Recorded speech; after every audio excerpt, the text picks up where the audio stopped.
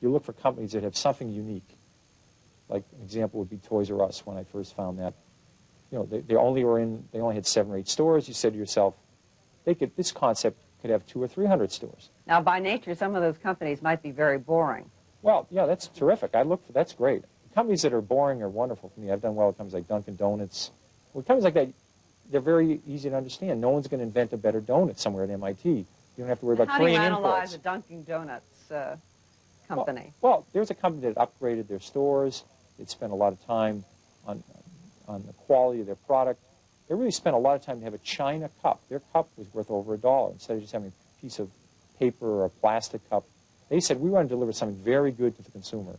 They really worked on the quality of their coffee. You know, every 15 minutes they'd throw it away, and they'd cook it within 3 degrees of the right temperature. They really cared about all that. Did you find that in an annual report? No, you had to go visit them and talk to them. But you could find it out. You'd say, this is something that really makes sense.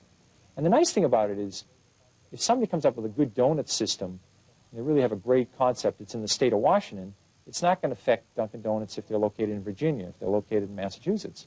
Now, how did you stumble on legs? This is a product my wife said worked very good. And at that point in time, I did a little bit of research, and I found out the average woman goes to the supermarket about twice a week. And all the hosiery being sold in the supermarkets was just junk. So here's a company that made a good product, put it into the supermarkets, put it into the drugstores, made it readily available.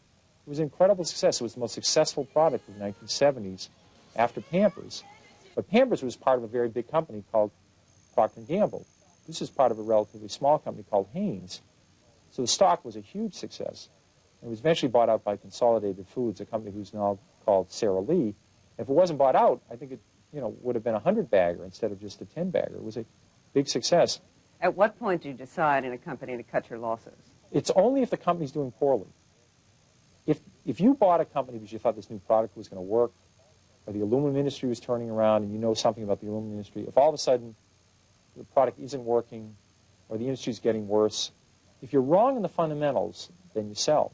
If the company's doing fine and the stock goes down, that's a great opportunity.